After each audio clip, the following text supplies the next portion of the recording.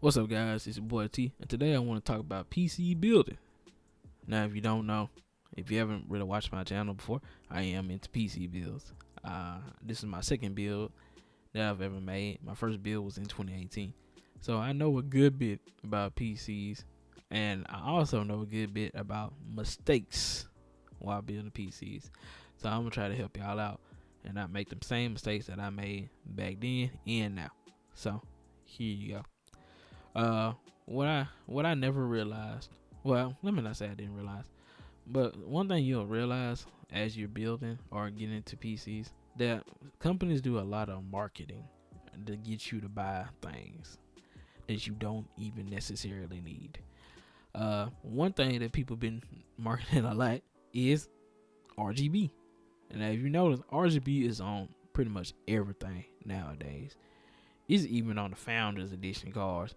Well, it's not RGB, it's just a light. But, it's on everything nowadays. Everything got RGB. One of the things that companies will try to get you in is RGB. Because that's the thing. RGB, it gives you an extra 100% boost in FPS. You get 50 more frames in games when you have RGB. Stuff like that. It just is a thing nowadays, and it's here to stay. It's never going to change, because again, it's not just for the little kids. People like colors. My computer is under my desk right now, and it's under my desk right now, but every so often I like to look at it and be like, oh, look at it, look at all them colors. So RGB is fun. I don't know why people hate on RGB so much. It ain't that big of a deal, but I like RGB personally. And it's just, it's nice to just have in your room, have it on like a color. Let's just say you have, I don't know, lights around your room that's red. You can make your PC red and everything matching. It's good for, it is overrated. That is something that companies will try to sell you on. It's not something you need though. And don't feel bad if you don't have RGB in your computer. It's not needed. It's just for, eye candy. That's all it is for. So, next. A lot of motherboard manufacturers do this too. On top of the RGB things, with it barely being an RGB, it's the thing called Wi-Fi version or no Wi-Fi version.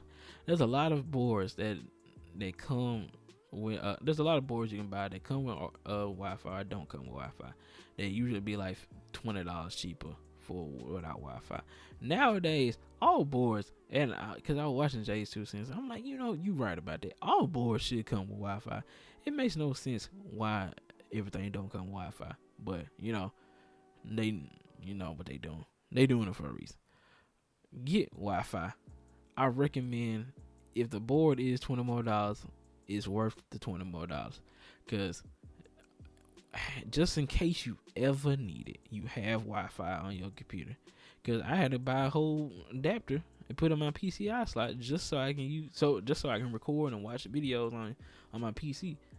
If I just went with a motherboard that had Wi-Fi on it, I wouldn't have had to wait that long for me to start uploading again. You know what I mean? So it's better just to have it, just to be safe. Rather be safe than sorry. So just go ahead, buy the motherboard with the Wi-Fi adapter, bite the bullet.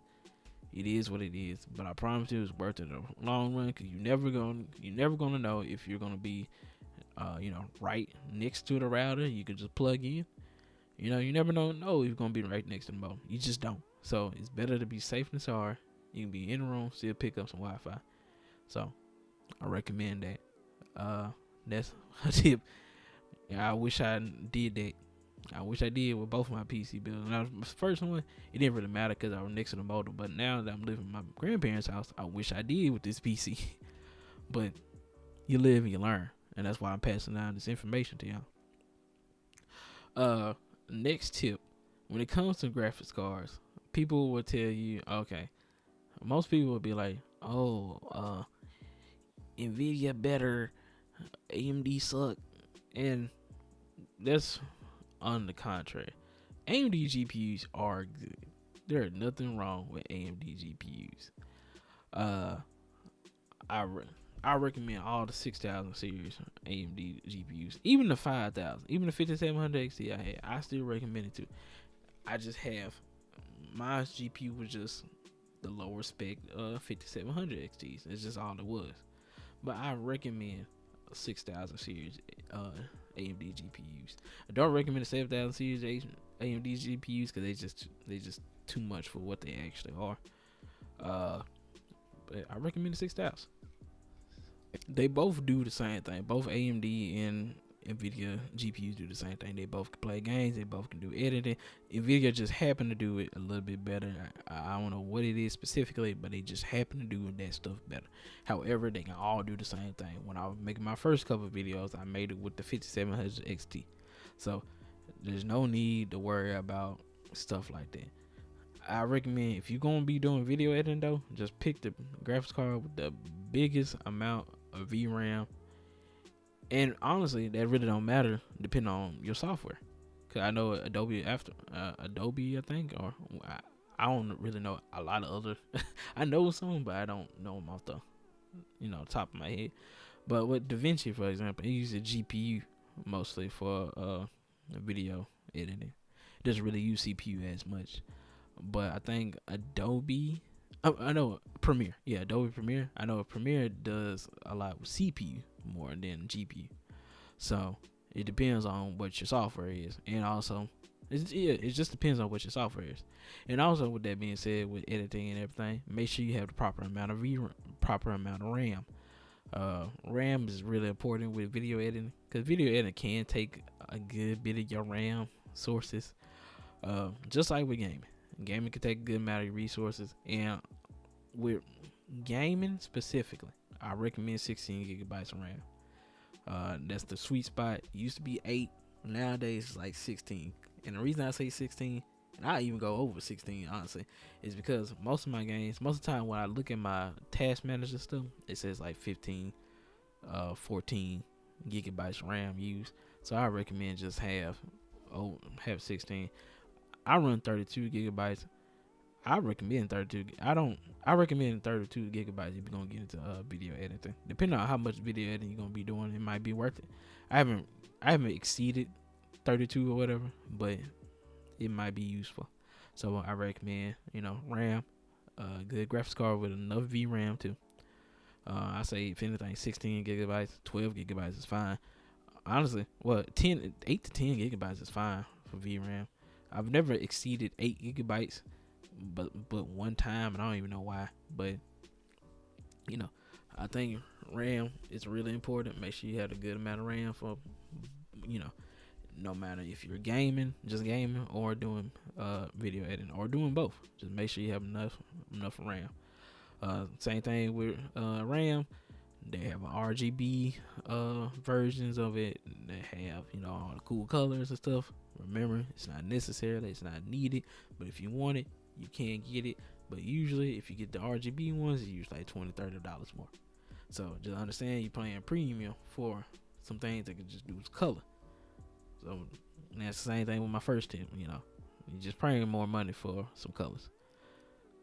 So depending on what type of case it is, you got it. Most cases do have glass fronts, but if you have a case that's just closed off, there's no reason to have it because, well, you don't even see the colors. But going back to GPU specifically, thing with GPUs I recommend 3-fan cards, and also I recommend cards. If not 3-fan cards, I at least recommend cards that have a good heat sink. A real big chunky heat sink. My 38 has a real big chunky heat sink, and it has a back plate, a Titan. I think it's like, I don't know what type of back plate it is, but it's heat that just disperses away. It helps heat disperse away. Them heat sinks is worth it. My 38 has 6 heat pipes, while my 5700 XT only had 4. And you see, it makes a difference. Heat pipes make a difference. They really help with cooling and everything like that, and wicking and all that stuff. So I recommend you find you a GPU that's really good at keeping cool. That's why I would say a 3-fan card with a big heat sink. That's why I recommend it. Again, let's just say Now, the only time I say don't worry about it is, let's just say, okay, you were looking for a 3060. This 3-fan 3060 costs as much as, for example, a 3070. If it costs as much as a 3070, 2-fan 3070, you might as well just get the 3070 because that's way better performance. You know what I mean? There's sometimes you're gonna be like, okay, it don't make sense for me to get this 3-fan one when I can just get this 2-fan one that's higher spec than the 3-fan. So you gonna see ones that make sense, and you gonna see ones that don't make sense. So yeah, the more you do it, the more you look into it, you'll understand better. Another thing I recommend when it comes to building, if you don't know a lick about building, but you know you want to get into it, is I recommend watching YouTube. YouTube has everything. Yeah, we all know this. YouTube has everything there. You can learn anything on YouTube. I recommend YouTube, man. You know, watch anybody. It doesn't have to be the top dogs of tech YouTube, but just watch YouTube videos about the products that you're interested in. If you're interested in PC gaming and in gaming, look up videos about gaming. If you're interested in gaming and video editing, or just video editing, see, the thing is with gaming PCs, if you have a gaming PC, you pretty much have a video editing PC too. So you have 2 PCs already built to do everything. You know what I mean? You already have a PC built to do it. So if you're into that stuff, look at all types of videos, look at other people builds, look at people's recommendations. Now, am I saying necessarily take their recommendations and just build off of what they got? No, I'm not saying that. If you don't feel comfortable with it and you just want to build off what somebody else is showing you, then do it. But I personally recommend the part of PC gaming for me, or PC building specifically for me, is looking into stuff, come to my conclusion of what I want to do, and then making it. Making PCs is fun. When you build your first computer, it's real fun. The more you watch stuff, once it's time for you to actually build it, you gonna know what you're gonna do. You gonna know what you're doing already. It's such an easy thing to do, and I am an advocate for, building your own PC because it's really fun. I promise you, it's fun. I recommend it. So again, watch YouTube. Watch Jay's 2 Cents, Linus Tech Tips, Hardware Unbox, Bitwit, Austin Evans when he does upload gaming PC builds. Watch all those people. And there's other tech YouTubers too. There's so many computer tech tubers, it's not even funny. Watch them and you will learn everything. I learned everything I know about PC building and PCs by watching Jay's 2 Cents, by watching Bitwit, by watching Linus. I learned everything I know from them. So I know if I can learn it, you can learn it too. It is not difficult. It might look a little daunting at first, but it's not at all. I recommend it. If you are interested in PC building, and in PC gaming and PCs in general, and you want to build one, I cannot stress it enough to just watch these people. I have all respect for them. I might not watch Linus like that no more, but I have nothing but respect for that man because he helped me be able to learn, because he was a part of it. He helped me learn how to build my first PC. My first PC wasn't the best, but he taught me how to make it. And with that awesome being said, don't worry about cable management. Don't matter. Don't worry about it. Get it as best as you can, but don't stress out about it, because at the end of the day, it's still gonna perform and everything like that. So don't worry about it. It's really easy. I know it's daunting at first, but just get into it, and I promise you will enjoy yourself. If there's any more tips you have, if somebody will come across this video and you have some tips for people that get into building, leave it in the comments. Help them out too. I don't think many people gonna see it, but hey. Anyway, it's your boy T, and I hope y'all have a good day. And yeah, bye.